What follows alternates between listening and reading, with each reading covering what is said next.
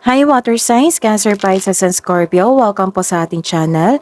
At ito ay inyong Daily Gabay Tarot Reading for November 10, 2023. Please be reminded that this is channel reading po. So maaari kayong makarelate o hindi, just take what resonates. Gamitin ang reading na ito bilang gabay lamang. Balik po kayo dito bukas para sa ating Daily Gabay Tarot Reading. Please like, subscribe, and click bell button for notification para po updated po kayo sa daily tarot reading natin. Para po sa gusto magpa-reading, maaari nyo pong makuha ang link na sa description box po ito. Message nyo lang po ako sa messenger. Maraming salamat po. Spirits guys, ano po ang ganap today? Ano po ang ganap today para po kay Cancer, Pisces, and Scorpio ngayong November 10, 2023?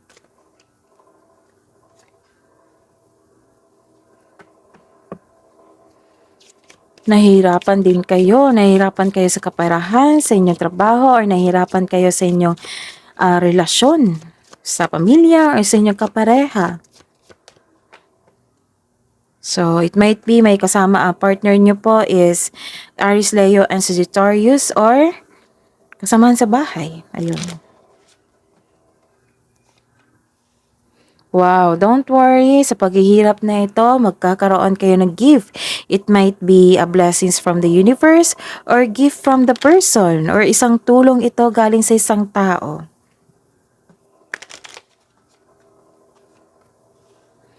And may expectation talaga kayong darating. Nagkaroon lang siguro ng delay. Expectation sa isang bagay, sa isang sitwasyon, or sa isang tao. Nagkaroon lang po ng delay. So, kailangan ng pag-aantay, tamang antay, at exercise your patience. Habaan nyo po yung patience nyo. Kasi, expectation na ito na darating. Inaantay nyo lang siya. Message nyo po, Spirits guys, para po kay Cancer, Pisces, and Scorpio ngayong November 10, 2023. Wow! So, the Phoenix is rising, di ba? Ang ibig sabihin niyan is galing sa paghihirap, the Phoenix is rising, hindi kayo sumuko at it's your turn now. Oo. So, this is a new beginning sa inyong buhay. Moment nyo na to. So, nagkaroon kayo ng beginning sa inyong bagong yugto na inyong buhay. So, this is your chance.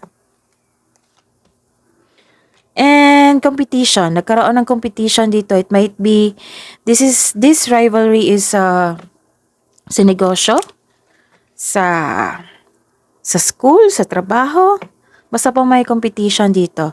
So, summon, tawagin mo yung courage mo or set yourself as magkaroon ng courage and self-confidence sa araw na ito. Let's see your energy today, Cancer, Pisces, and Scorpio sa araw na ito, November 10, 2023, Spirits Guide.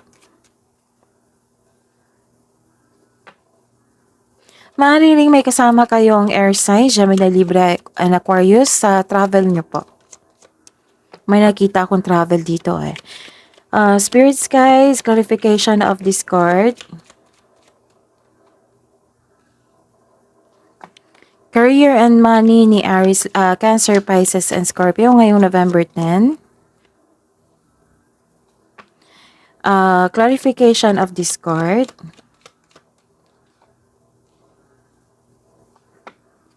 Love and romance, self-love, partnership, and romance ni Cancer, Pisces, and Scorpio ngayong November 10, 2023. Spirits Guide. Clarification of this card. Oops. Gusto niyang lumabas Sa araw nito may biyahe po kayo. Sa araw nito may biyahe po kayo or nagkaroon kayo ng outing.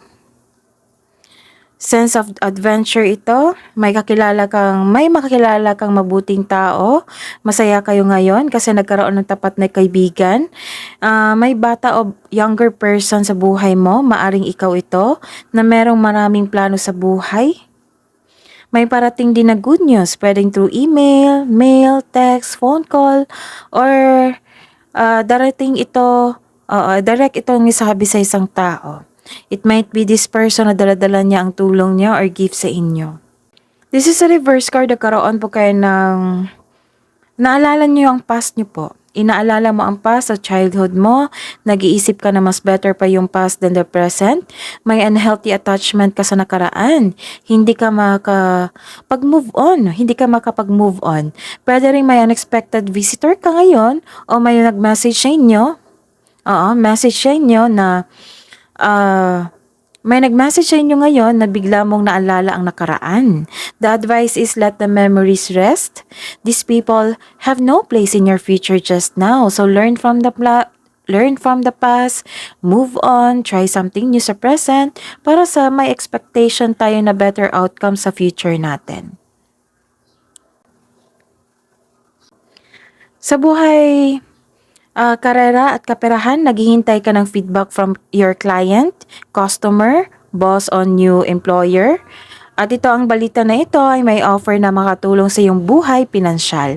Itong news na ito ay ma-excite po kayo. So this is the expectation from you na may inaantay kayo. This is the clarification of your third card here. Na may inaantay kayong mensahe, feedback, or isang tao. So, ayun. Nakikita ko dito na this is a warn card na do not overspend. Ang ilan sa inyo kasi nag-overwork o wala nang time mag-relax na parating nag-overtime, sobrang focus sa trabaho. So, kailangan na give time to yourself na magpahinga kayo para hindi kayo ma-burn out. So, this card tells you na balansehin yung oras nyo. Kung sa kaperahan to, so do not overspend din sa inyong ipon, so save money. Sa buhay pag-ibig at sa buhay pag-ibig, malakas sa inyong intuition ngayon. May malalaman po kayong sekreto sa araw na ito. Listen to your intuition. Kung mayroon kang emotional intelligence, this will lead you to the answers you need about your romantic urges. So sa mga single dyan at in relationship, the advice is trust your feelings instead of overthinking or overanalyzing.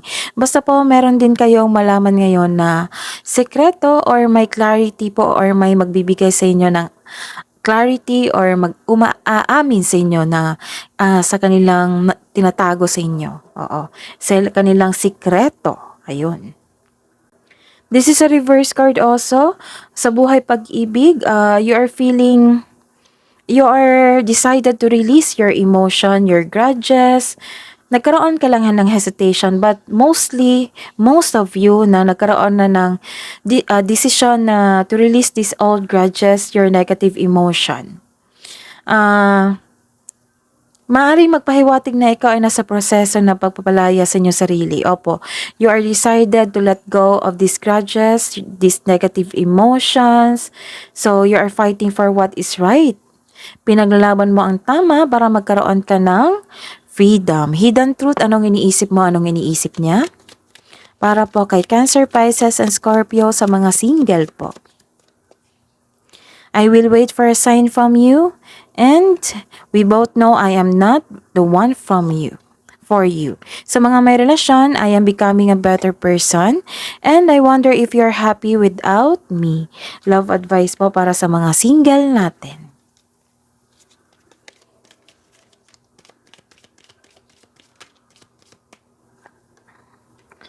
So, pleasure. Pleasure sa inyong mind and body. And you're taking time to your journal. Kasi you are decided to let go of these grudges and negative emotions. So, tinitrace mo doon sa journal mo kung ano yung improvement or nagsulat kayo. Nililipat mo yung emotion mo sa isang journal, sa isang pahina. Para gumaan ang inyong pakiramdam. Love advice po sa mga may relasyon. Connection. Your connection is eternal and unbreakable. And love. Love conquers all. Kabo ang advice niyo po, Spirit's Guide para po kay Cancer, Pisces, and Scorpio ngayong November 10, 2023. The energy is gaining momentum and you're very close to achieving your goal, so don't give up. Malapit na. Spirits, guides, angels, archangels, guardian angels, message nyo po para kay Cancer, Pisces, and Scorpio ngayong September 10, 2023. Wow, take time to the children. Message from Archangel Gabriel: as you nurture a child, you nurture your own inner child, but both activities are important for you right now. You are healing. Your inner child also healing. So, your inner child is also healing. Nagkaroon ng healing process dito. So, creative writing. Message from Archangel Gabriel: make time to write down your thoughts in a journal. See? So, this is the second card na clarification na make time to write down your thoughts in a journal or pen an article or book. That is your reading po, Cancer, Pisces, and Scorpio. Please like, subscribe, and click bell button for notification para po updated po kayo sa daily tarot reading natin. Maraming salamat po.